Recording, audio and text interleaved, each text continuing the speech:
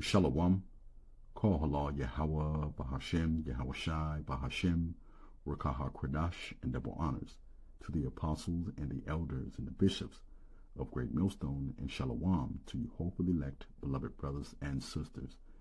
Peace be unto you. This is the book of Revelation, the 12th chapter, and the 17th verse, and it reads, "And the dragon was wroth with the woman." Now the dragon, that's a representation of Esau, Edom, the Edomites, the modern day so-called white man.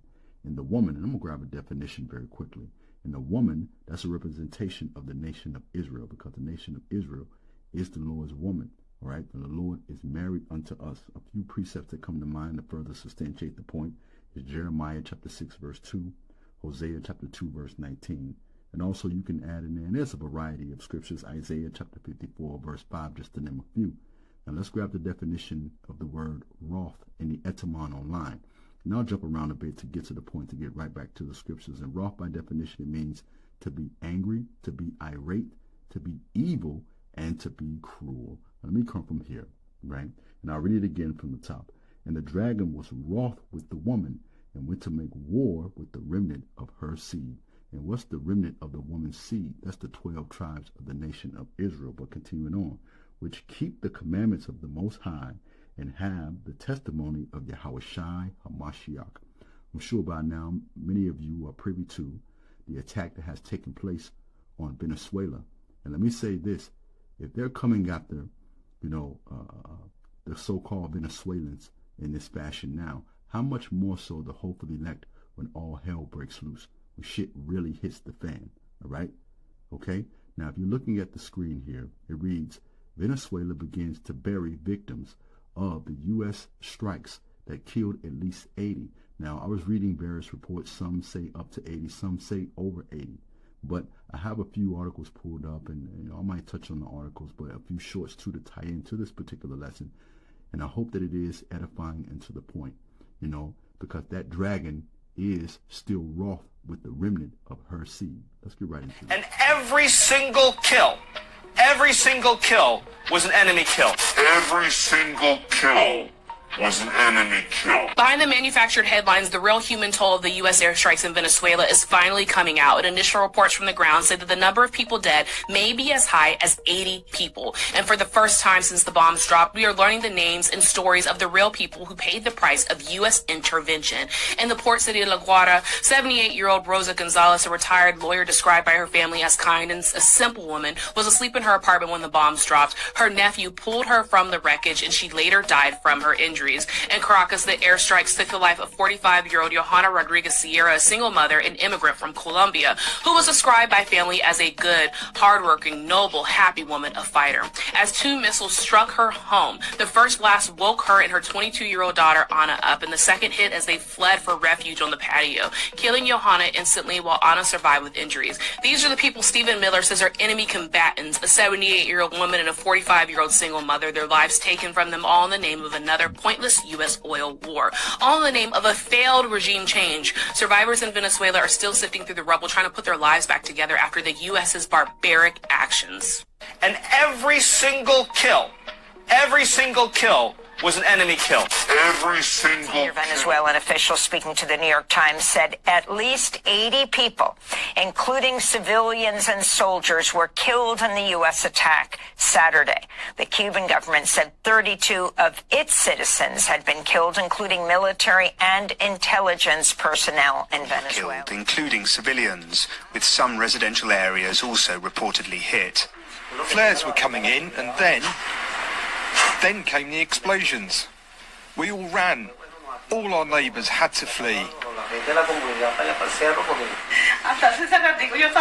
To be honest, I'm very scared. I feel a lot of fear everywhere inside. I'm afraid for my life. I'm afraid of what might happen. But the implications of this conflict spill beyond the borders of Venezuela.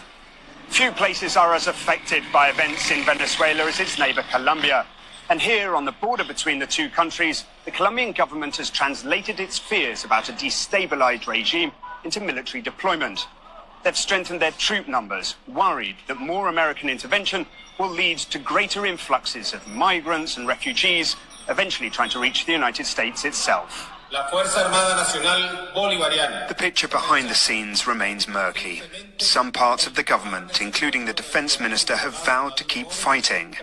Others are fearful of ending up like Mr. Maduro, in shackles and in New York on drug trafficking charges. Venezuelans, meanwhile, are no clearer over what comes next or who takes power in the long run.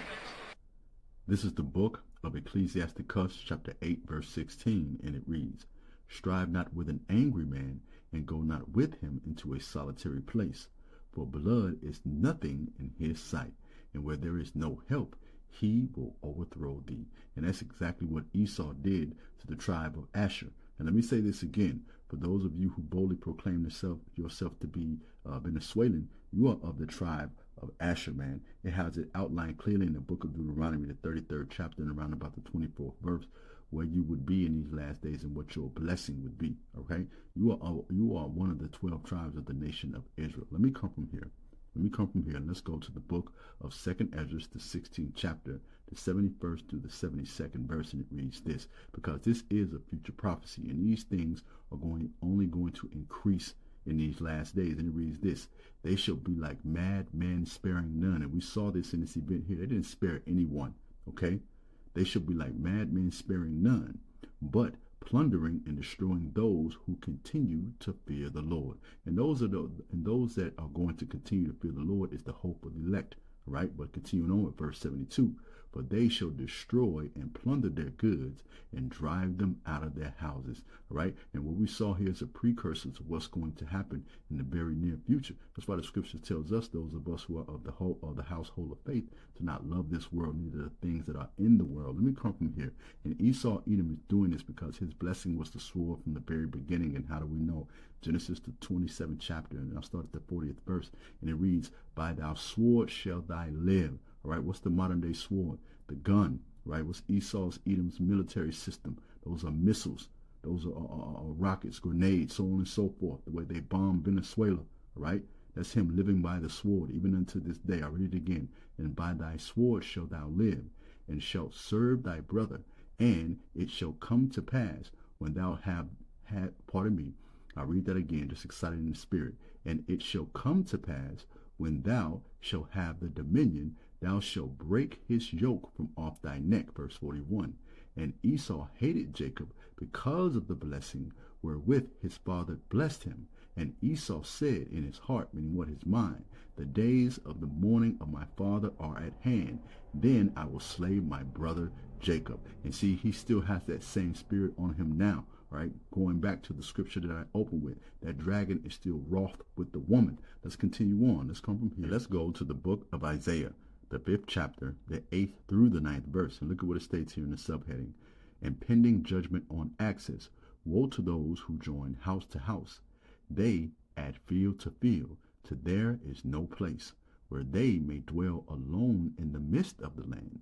In my hearing the Lord of hosts said, truly many houses shall be desolate, great and beautiful ones without inhabitant. And why is that? Because Esau Edom, he takes and takes. And how do we know? Micah chapter 2 verse 2. Let me scroll down to the KJV, and it reads, and they covet fields and take them by violence, and houses and take them away, so that they oppress a man in his house, even a man in his heritage. And how do they oppress a man in his heritage? Not only do they take a man's land, they take a man's country, but they oppress the heritage of the Israelites. You Venezuelans are calling yourselves,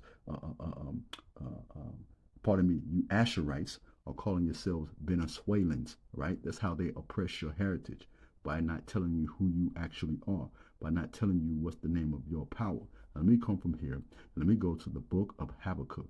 In the book of Habakkuk, chapter 2, verse 9, and it reads this, woe to him who builds his house by unjust gain, setting his nest on high to escape the clutches of ruins. And that's what Esau Edom is known for doing. All right, he's known for building his house by unjust gain, by forcibly taking things. He did this with Iraq. Now we see he's doing this with Venezuela. All right, let me come from here and let me close out with the book of Jeremiah, the 50th chapter, the 23rd to the 25th verse. And it reads this, how broken and shattered is the hammer of the whole earth. And that hammer of the earth is referring to Esau, Edom, the Edomites, all right, whose blessing is the sword. He also known as the hammer, okay? Read that again. How broken and shattered is the hammer of the whole earth. How desolate is Babylon among the nations. I set a trap for you, Babylon. And Babylon is referring to spiritually America, all right? America is known as spiritually Egypt too as well, okay? I read verse 24 again. I set a trap for you, Babylon, and you were caught before you knew it. You were found and captured because you oppressed the Lord. The Lord has opened his arsenal and brought out the weapons of his wrath. For the sovereign Lord Almighty has a work to do in the land of the Babylonians. And for those of us in this truth, we know that essentially America, aka Babylon the Great, is going to be destroyed because of everything that's happening and occurring is essentially leading to World War III. And I hope through the spirit and the power of Yahweh, Bahashem, Yahweh Shai, that this lesson has been edifying and to the point. Call Halal Yahweh, Bahashem, Yahweh Shai, Bahashem, Rakak Radash. Shalom.